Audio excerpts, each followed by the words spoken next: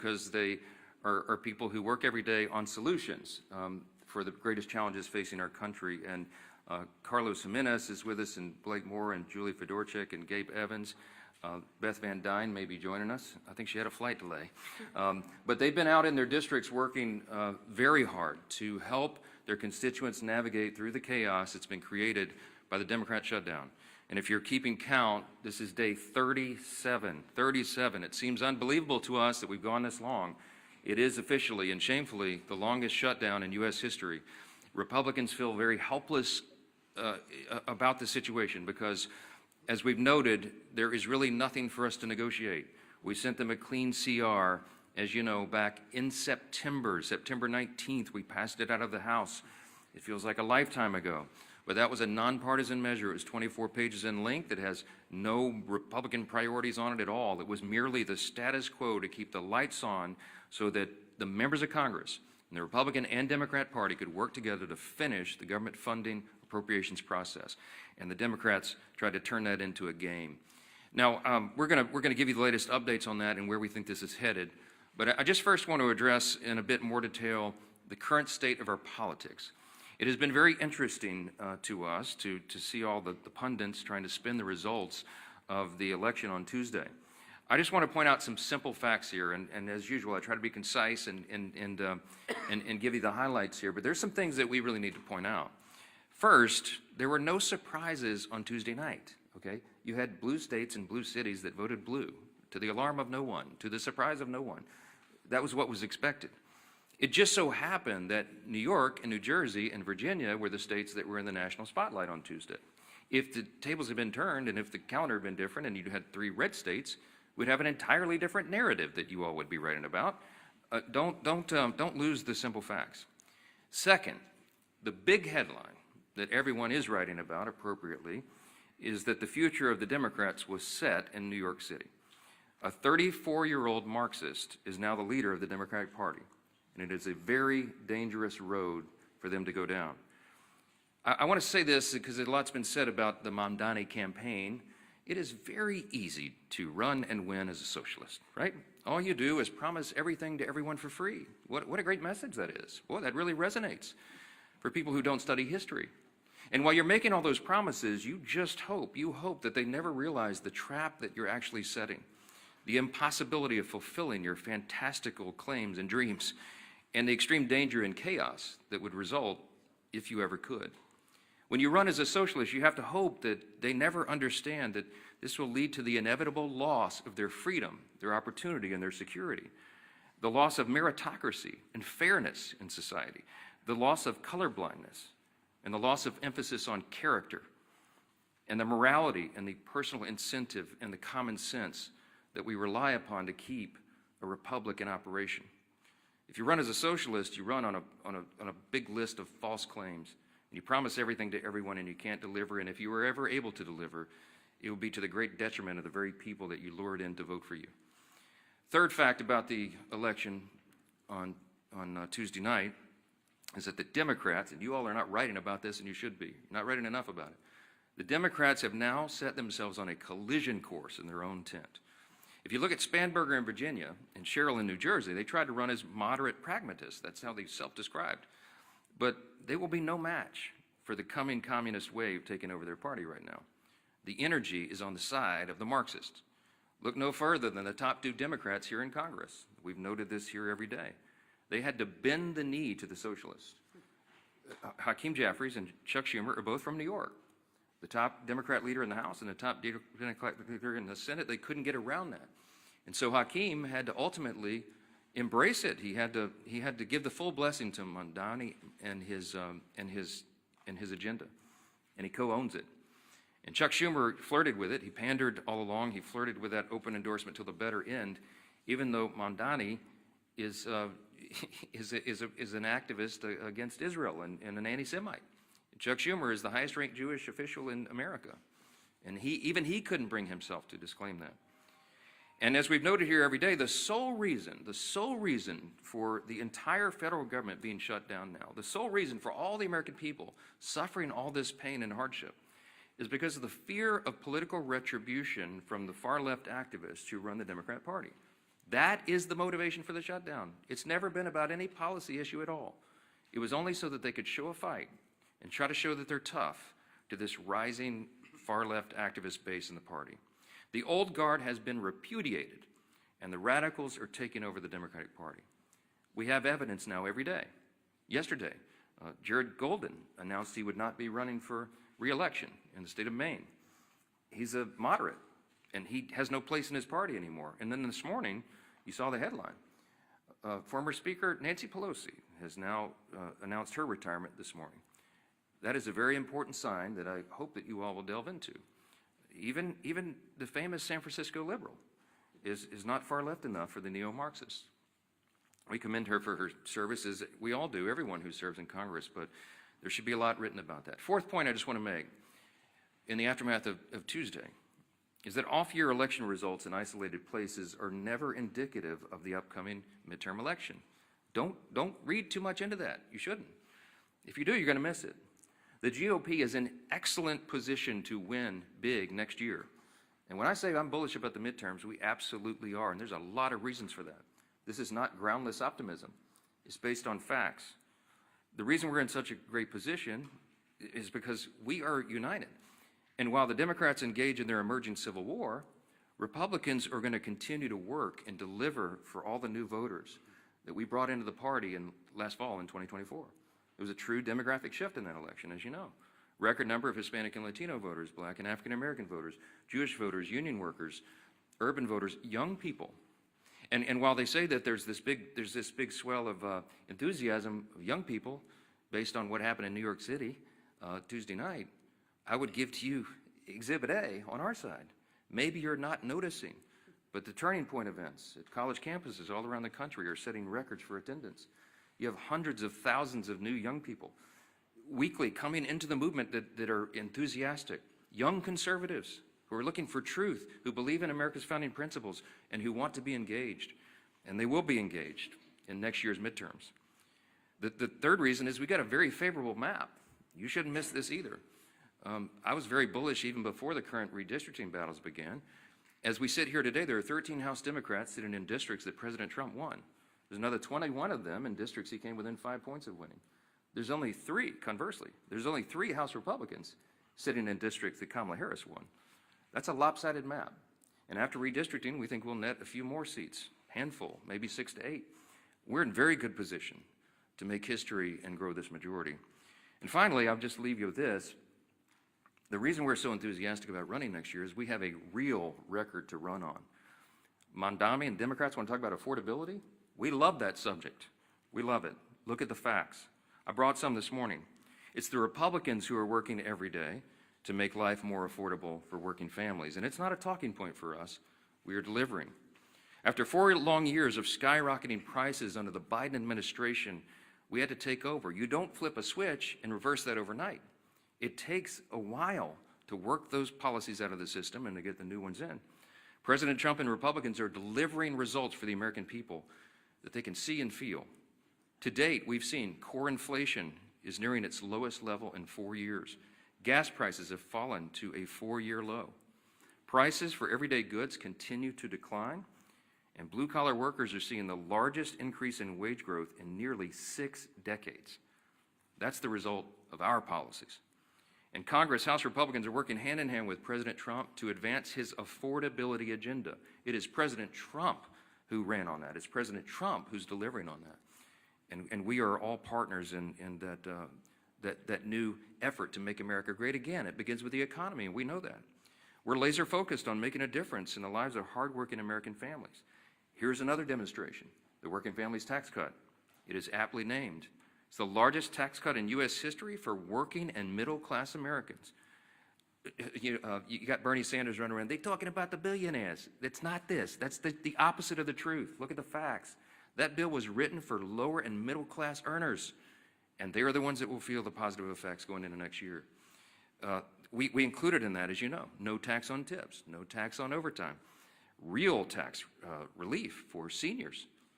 These are the kinds of things that people feel, and they see that we're making good on our promises. We've made historic investments in American energy dominance to drive down the cost of gasoline and groceries, and we're grounding every decision we make and common sense. That's what we restored. That's what we ran on. That's what we're delivering.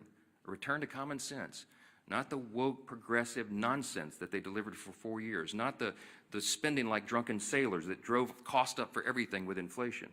We're restoring common sense, fiscal responsibility.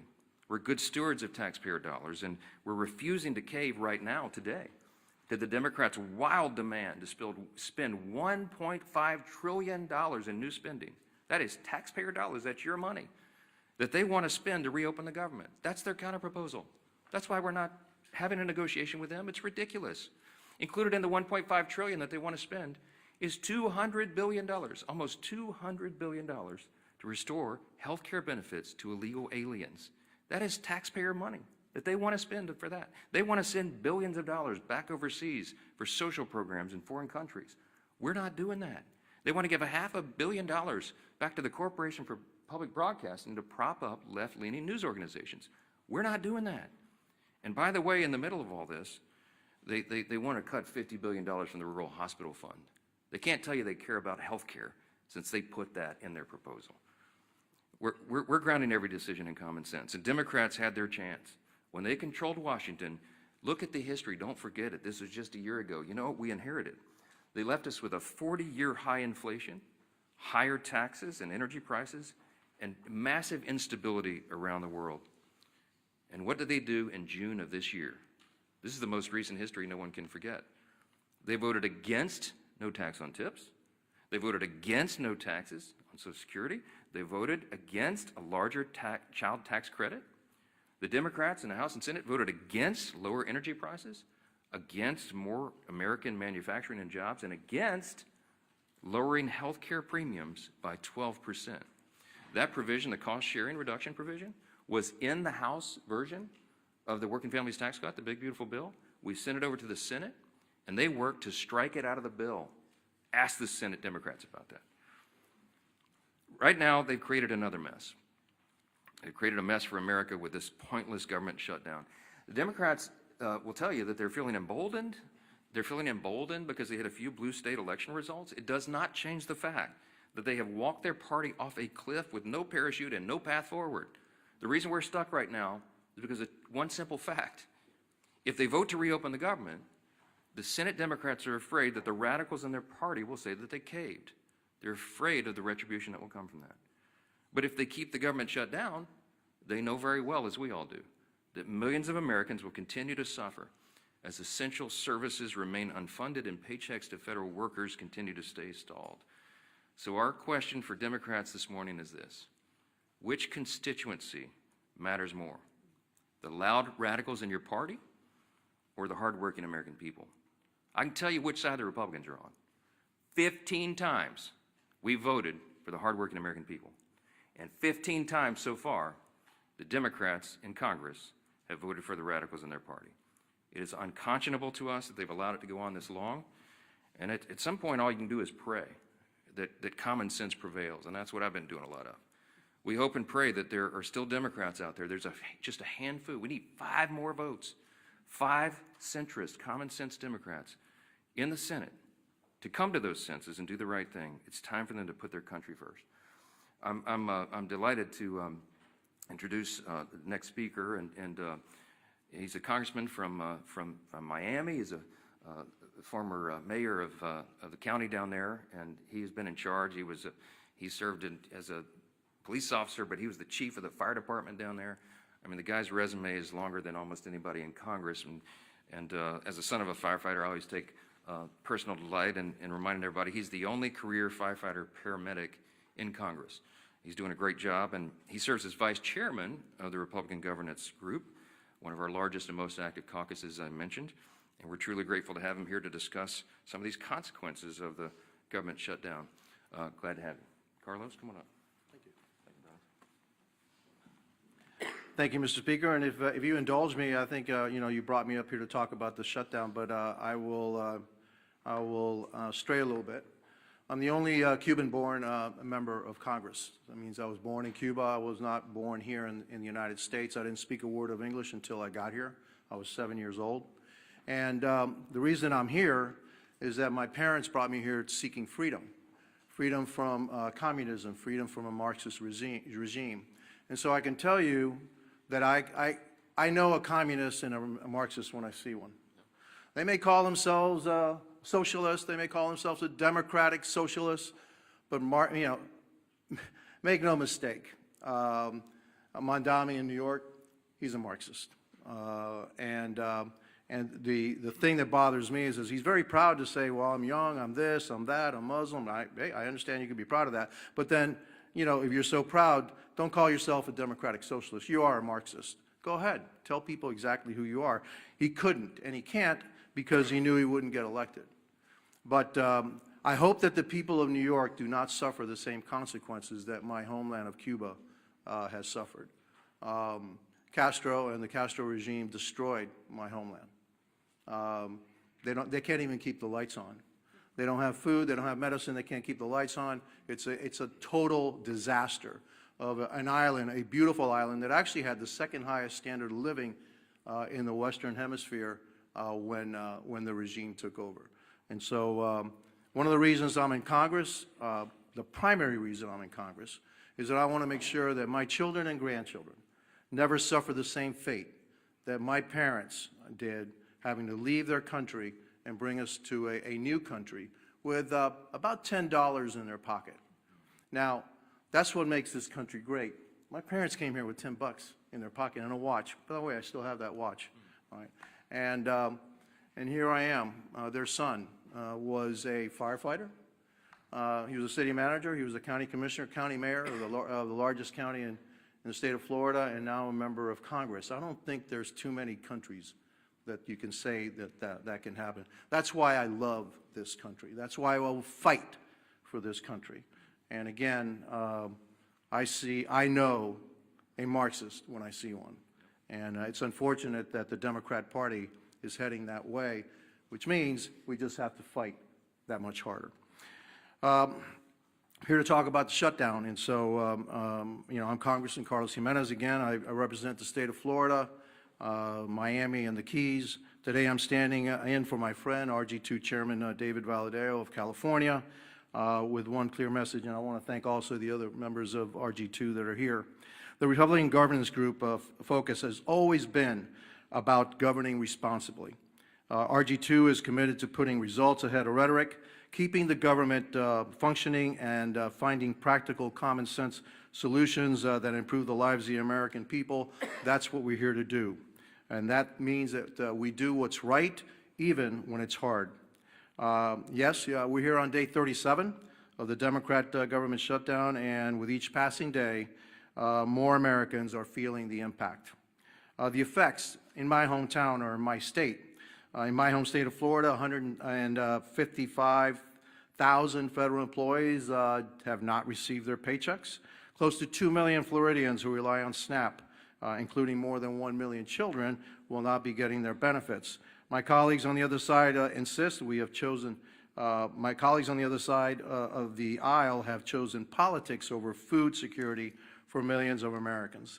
Small business loans are being delayed, totaling nearly $300 million in missed distributions, costing our state an estimated $1.7 billion in economic benefit alone.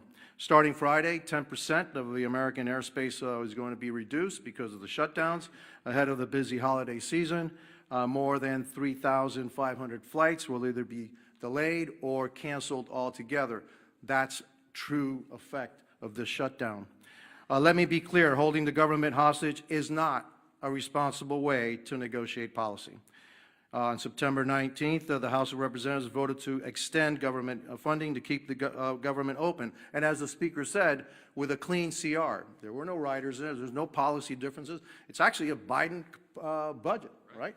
And so, what is the problem? No, there is no problem. It's politics. That's the problem. Meanwhile, Senate Democrats have voted 14, now you say 15 times to keep the government closed. The funding bill before the Senate is the same short-term continuing resolution that we passed 15 times under President Biden with bipartisan support. And I supported each and every one of them to keep the government open. And I know that most, if not all, the members of RG2 also voted for the CR the CRs to keep the government funded. We can and should debate serious issues like healthcare costs, but not at the expense of hardworking American families.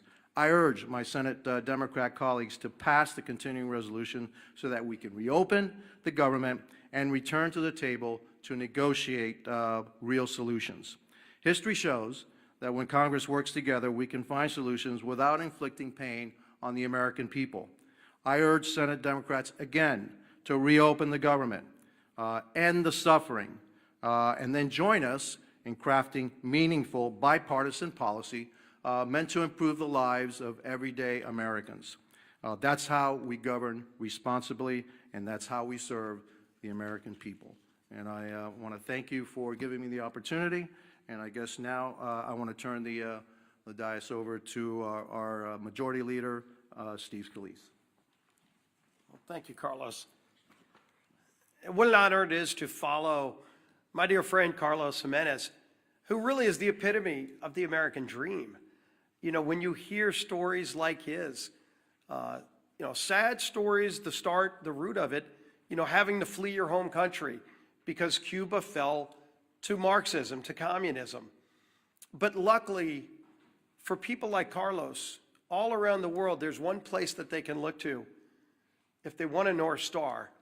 If they still believe in freedom, they yearn for that desire, and then it fails in their home country, they can look to the United States, because the United States represents freedom all around the world. And how dangerous of a position that is when Marxists from within try to change it here, try to unravel what makes America so great. And as Carlos came to seek that freedom that millions others have as well, like my great-grandparents who came from Italy to seek that same freedom. Ronald Reagan said it best: freedom is only one generation away from extinction if we don't fight to defend it. Those words of Reagan still ring true today because, Carlos, we will continue to fight for freedom. But it's not an empty fight. There are people on the other side here in America that are pushing back, that want to destroy that capitalist free market system. And so when you look at the results of the election, anybody that wants to go celebrate a blue state voting blue, what they're not acknowledging is what happened in a city like New York. It reverberates. When New York elects a Marxist as their mayor, there are other Democrats that are now looking and saying, does the Democrat Party represent me anymore? And today you heard it again. Democrats are the ones who are looking and saying that they're done with the Democrat Party. Jared Golden yesterday announced he's not going to run again. And he didn't just say he wasn't going to run again because he got tired of serving in Congress. I think it's really important to pay attention to what Jared Golden said. And he is in a swing district. Jared Golden is one of those moderate Democrats who represents maybe the old Democrat Party now, what was discarded by the voters on Democrat cities and states. But it's not where America is. So when Jared Golden announced yesterday he's not going to run again, he said, quote, "We're allowing the most extreme pugilistic elements of our party to call the shots. Just look again at the shutdown. For as long as I can remember, we have opposed shutting down the government over policy disputes. We criticized Republicans for taking hostages this way." That was Jared Golden explaining why he's done with being a Democrat in Congress. And when the Democrat Party no longer stands for common sense, for members that do on occasion reach across the aisle, they're going to be relegated to a scrap heap of history, because America is not a socialist nation. While the Democrat Party has turned their leadership structure over to a socialist, it's not where America is. And if they're running people like Jared Golden out of their party, they can go celebrate the results of last night's election. Again, if Alabama held an election also Tuesday, and gee whiz, a Republican governor was elected governor of Alabama, would anybody be writing a story about it? Of course not. So let them go celebrate New Jersey electing a Democrat governor, New York City electing a Democrat. The real concern is that the Cuomo wing of the Democrat Party got destroyed by the Mondami wing of the Democrat Party. And if they want to call that a victory, good luck. Something tells me they're not going to be sending Mondami to swing districts around America. He's not going to Maine. Let Mondami go to Maine for that now open seat in Congress, a 50-50 district. Will they be sending Mondami to those kind of swing districts? Colorado, where somebody like Gabe Evans represents, is Mondami going to be going there? Because that's where their party is now headed. And they chose that. But America is not embracing that form of socialism. We know what you get from socialism. You get the promises of free everything. But Americans know innately there's no such thing as a free lunch. All you end up with, the results, are the hollow promises and the failures that come with those promises, because you know you get what you pay for. And somebody else is going to have to pay for that free thing. And a lot of those rich people they love denouncing are leaving. Many have already left. So even when they go raise taxes even more with the highest rates you can imagine, who's going to pay those higher rates? It's not going to be the millionaires and billionaires. Many of them have already left. It's going to be hardworking families in New York City. Good news for you, you might be making $100,000 a year.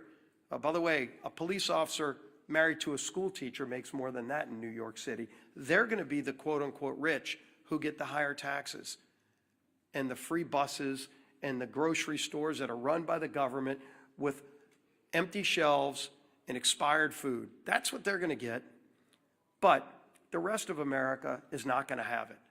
So while Democrats keep the government shut down, and they brag about it, I mean, you heard Senator Murphy yesterday, quote, "I think we're in an enormously strong position right now." Strong position?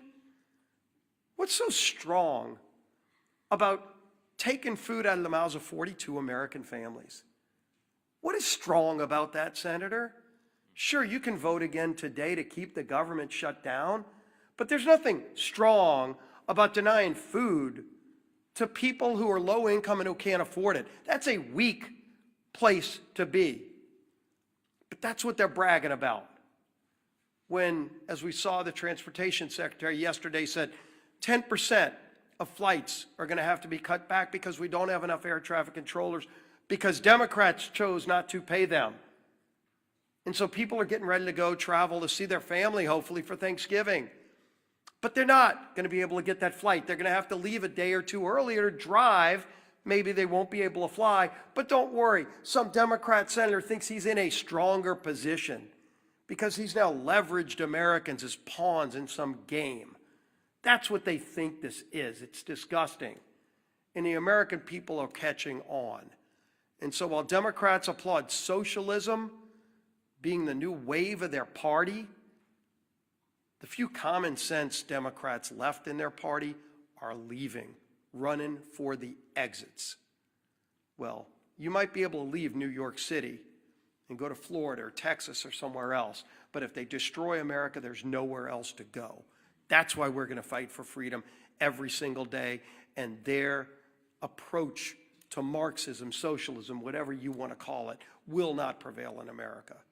Our whip, Tom Emmer.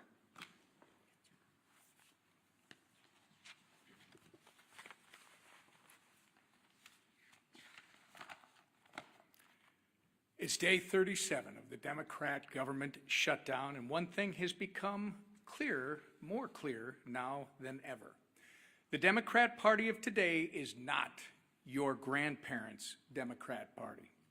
They refuse to govern.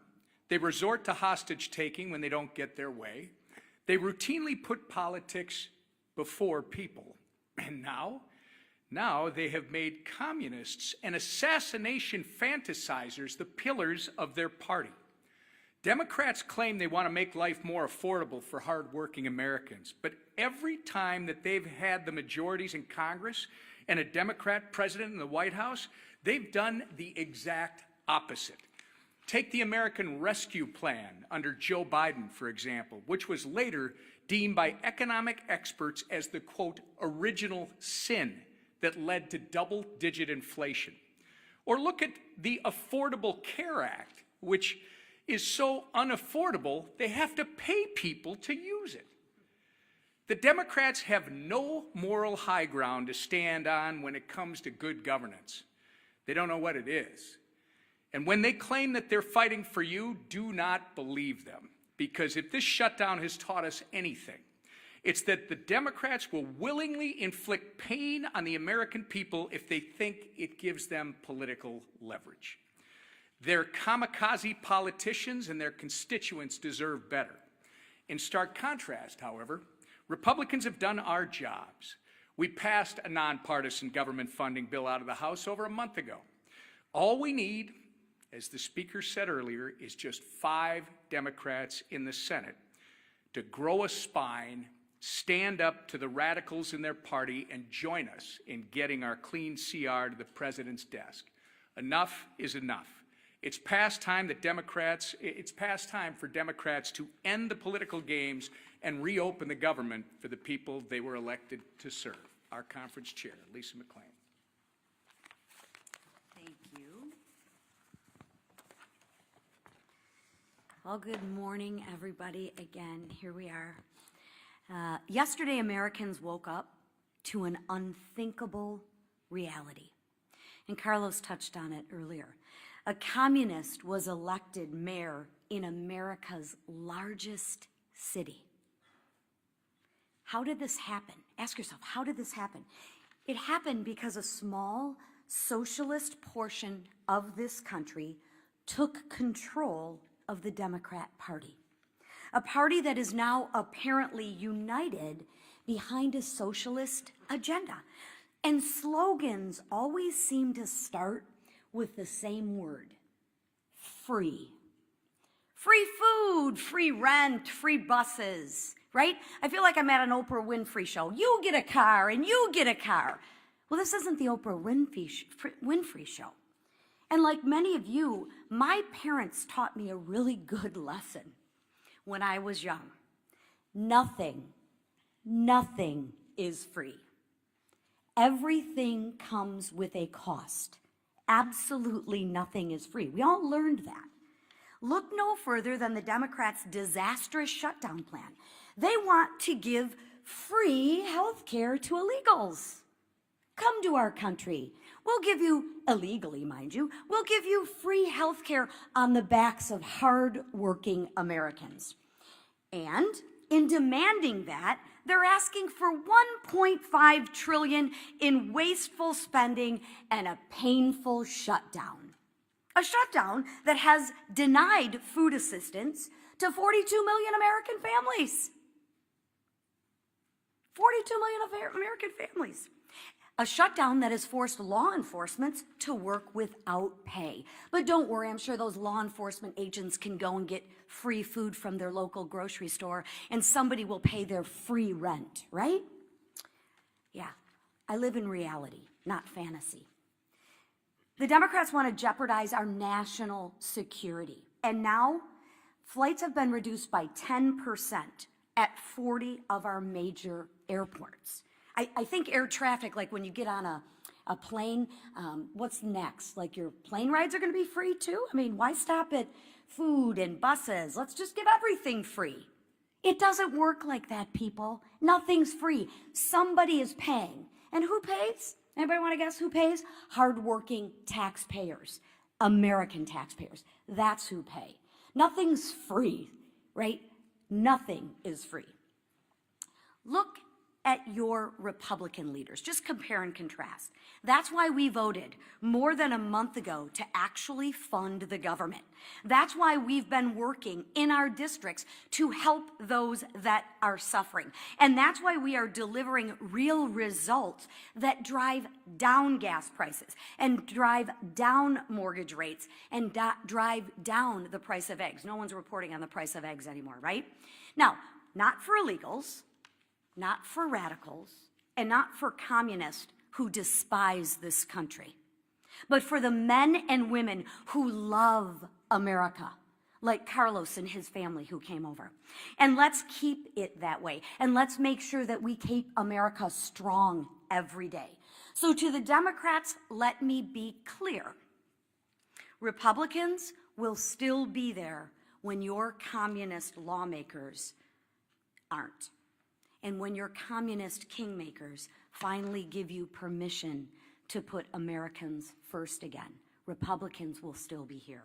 We'll still be here when your socialist experiment collapses, because it always does. And we'll still be standing shoulder to shoulder with the hardworking Americans who aren't demanding free groceries, free buses, free rent. No, we will be standing shoulder to shoulder, demanding nothing less than freedom. That is what Republicans demand, freedom. Because that's what makes this country great. Not socialism, not government control, but freedom. Thank you. All right, questions? Yeah, go ahead. Go ahead. The Supreme Court, and specifically Justice Gorsuch yesterday, seemed concerned about the Trump administration's usurping congressional authority, calling it a, quote, one-way ratchet that can't be turned back. What's your response to that? Are justices right to be concerned that Congress isn't fulfilling its constitutional obligations? I don't find myself in disagreement with Justice Gorsuch too often, but I think he's missed the mark on this one. First of all, I don't think you should read too much into the questioning that you heard at the Supreme Court. I mean, this is part of judicial review. It's a cherished part of that tradition. I used to be one of those litigators. I did constitutional law, oral argument, and I would have liked to have argued that case yesterday, because I think the law is clearly on the side of what the administration has done. I'll remind you that I'm a jealous guardian of Article 1. You know, the legislative branch of government in our constitutional system is the most important. It was placed first in prominence. And that's true. And while Congress has a role to play in tariffs and related trade and economic policy, the executive branch does as well. And I think the president has used that well within the bounds of what he's allowed to do, because he's addressing what was truly a crisis for the country. The trade disparity had gone on for decades. It was creating a real imbalance, and it was adversely affecting American people and consumers. Remember that he ran on this idea. He talked about tariffs on the campaign trail, and he got a popular and electoral college mandate in the election. So this is not some surprise. He's fulfilling the promise that he was elected to fulfill in a literal sense. So I think the court has to give deference to that. I think the court has to recognize the executive is doing what they're doing. He's using tariffs to create leverage in our trade strategy, and it is yielding great results for the American people. And heaven forbid if it were reversed, because it would create chaos, which is one of the questions I think Justice Barrett asked, my old friend from Louisiana. I mean, that was an important question, because it would set back all of the strategy and the trade agreements and a lot of the things that have been accomplished for the people. So in summary, I would say, don't read too much into the questions. This is how the process works.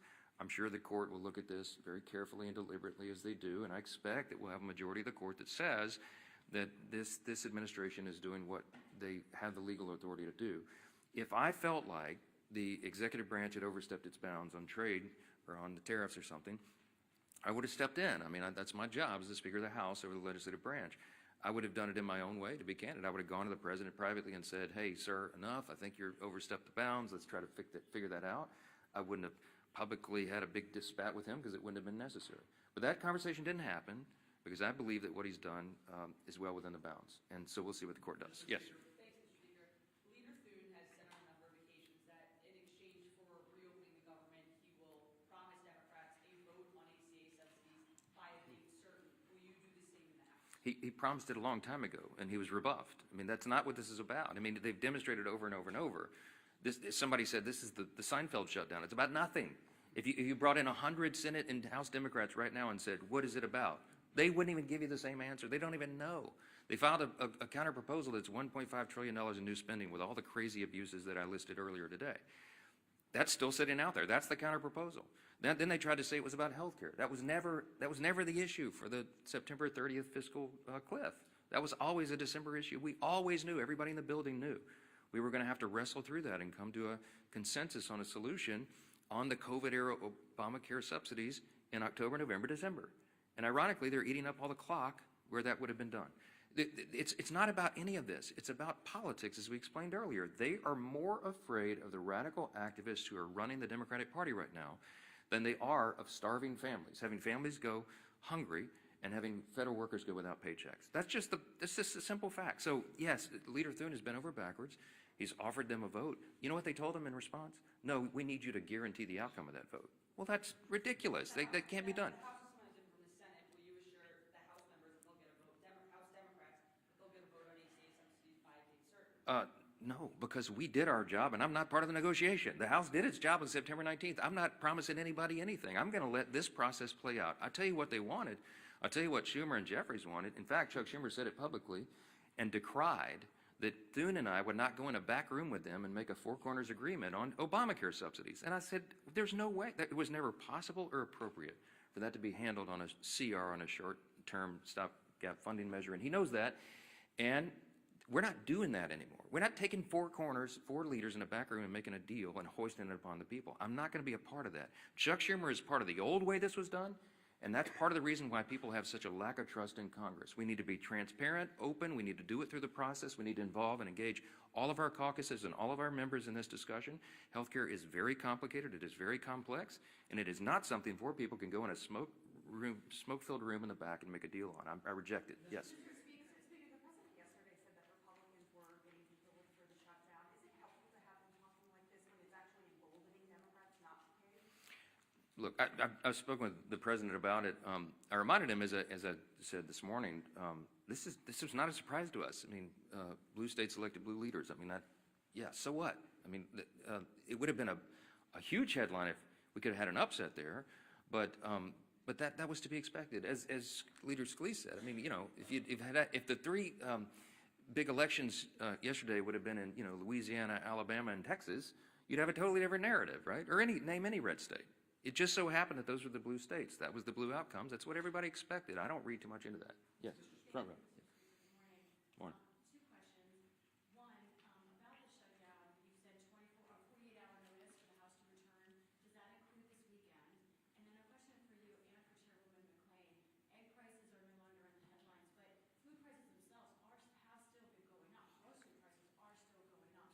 How do you respond? Yeah, but the USDA has reported, and all of the economists have shown, food prices always go up. There's an inflationary level that's built into grocery prices, but they're going up at a much slower pace. In other words, the economic policies, even though all the provisions of the Working Families Tax Cut have not yet been implemented, that's going to make a dramatic effect. It's going to be like jet fuel to the economy. We have all these pro-growth policies that will bring down costs, increase wages, increase jobs, and more access to the economic rung so that more people can climb up the ladder.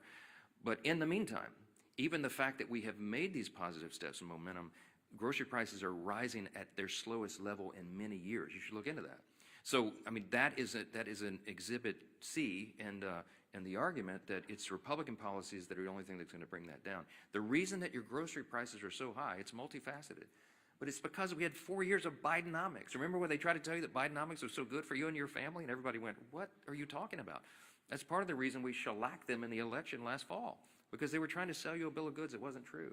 And the reason that inflation rose is because, as was noted earlier, the big signature pieces of legislation that they passed in the Biden administration were disastrous for the economy. And it made inflation rise rapidly. Why? Because when you pour more dollars into the economy, that is the effect. It's just as sure as gravity. It's basic economics. And the Marxists and the socialists who are taking over the Democratic Party turn a blind eye to the reality of basic economics. And you're going to see the effects of that as well. Yes? This weekend, the election results in the blue states, but there were some significant reversals of Trump's gains with Hispanic populations, particularly in New Jersey. Are you at all concerned about Republicans retaining those voters in the next midterm election, about something like that? No, I do believe that the demographic shift that we were able to see and experience in the 2024 election will hold. I believe that large numbers of those new voters and these demographics that have not traditionally been with the Republican Party are with us. I will point you to the study that the Democrats themselves paid for that came out, a week or so ago, and they had, I think, hundreds of thousands of respondents to these polls. And the Democrats determined in their own analysis that they are regarded as weak, woke, and out of touch with the people, okay? That's why they lost last November, and that's why they're going to lose this coming November, okay? As Carlos Gimenez said, as a Cuban who came here, his family immigrated here, he came here when he was 7. This is the American dream. I know that the Hispanic and Latino populations across this country understand which party is delivering for them, and they're going to feel that positive effect. They're going to feel increased wages and more opportunity, and before they get to that election next fall. And that's why we did the big, beautiful bill, the Working Families Tax Cut, so early in the year, because we wanted that to really take hold after the beginning of the year so that people will feel that. And we're convinced they will, and I think that's going to inure to our benefit. Thank you all so much.